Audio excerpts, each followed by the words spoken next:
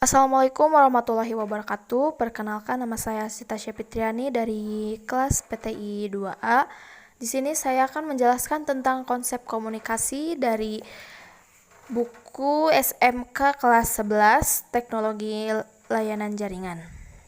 Dalam Kamus Besar Bahasa Indonesia atau KBBI, komunikasi dapat didefinisikan sebagai proses pengiriman dan penerimaan pesan, informasi atau berita antara dua pengguna atau lebih jumlahnya dengan tujuan saling memberikan feedback sehingga diperoleh persepsi yang sama tentang hal yang sedang dibicarakan. Yang selanjutnya ada komponen utama dalam komunikasi.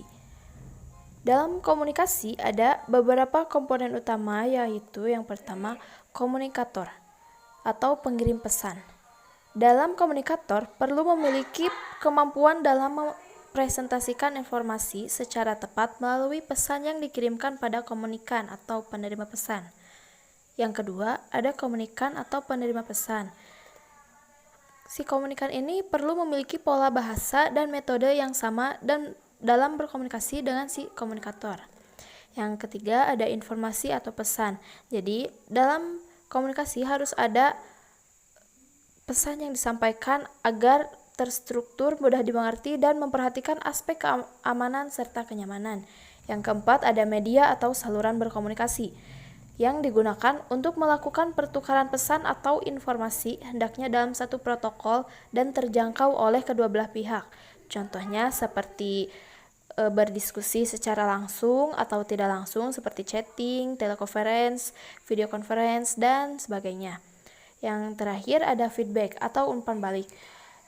Merupakan faktor berpengaruh dalam menjaga keberlangsungan proses komunikasi antara komunikator dan komunikan, jadi agar nyaman gitu berkomunikasinya. Yang selanjutnya ada jenis-jenis komunikasi. Yang pertama ada komunikasi secara verbal. Komunikasi ini disampaikan secara lisan seperti presentasi, pemaparan hasil kerja, diskusi, dialog, dan telekonferensi. Yang kedua ada komunikasi nonverbal. Komunikasi jenis ini lebih cenderung menggunakan aspek gerakan olah tubuh, gerak tubuh atau gestur, mimik wajah atau facial expression, serta bentuk dan model tubuh atau postur, seperti dahi yang berkenyit, otot wajah kelihatan tegang, bola mata yang sedikit melotot, dan ekspresi wajah agak memerah yang bisa jadi menunjukkan bahwa si komunikan atau komunikator sedang emosional. Yang ketiga, ada komunikasi secara tertulis. Jenis komunikasi ini memanfaatkan pesan dalam bentuk tulisan, gambar, serta kode berupa tanda, simbol, dan tipografi untuk memberikan informasi kepada komunikan dalam memahami konten pesan yang disampaikan. Yang terakhir ada tipe-tipe komunikasi. Yang pertama, komunikasi satu arah adalah komunikasi yang dilakukan hanya oleh komunikator saja sehingga peran komunikan bersifat pasif atau hanya menjadi audiens. Yang kedua, ada komunikasi dua arah. Merupakan komunikasi interaktif yang melibatkan kedua belah pihak dalam memberikan feedback. Yang ketiga, ada komunikasi ke atas atau vertikal. Adalah model komunikasi yang dapat terjadi pada sistem internal. Misalnya ketika bawahan memberikan informasi atau laporan kepada atasan dalam organisasi atau perusahaan.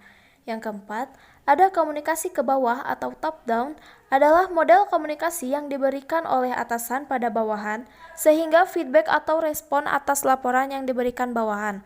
Yang terakhir, ada komunikasi ke samping atau horizontal adalah komunikasi antara individu yang memiliki kebutuhan atau persepsi yang sama tentang masalah yang sedang dikomunikasikan. Pengertian lainnya dapat dianggap sebagai komunikasi yang terjadi antara individu yang mempunyai kedudukan setara. Terima kasih, sekian yang saya sampaikan.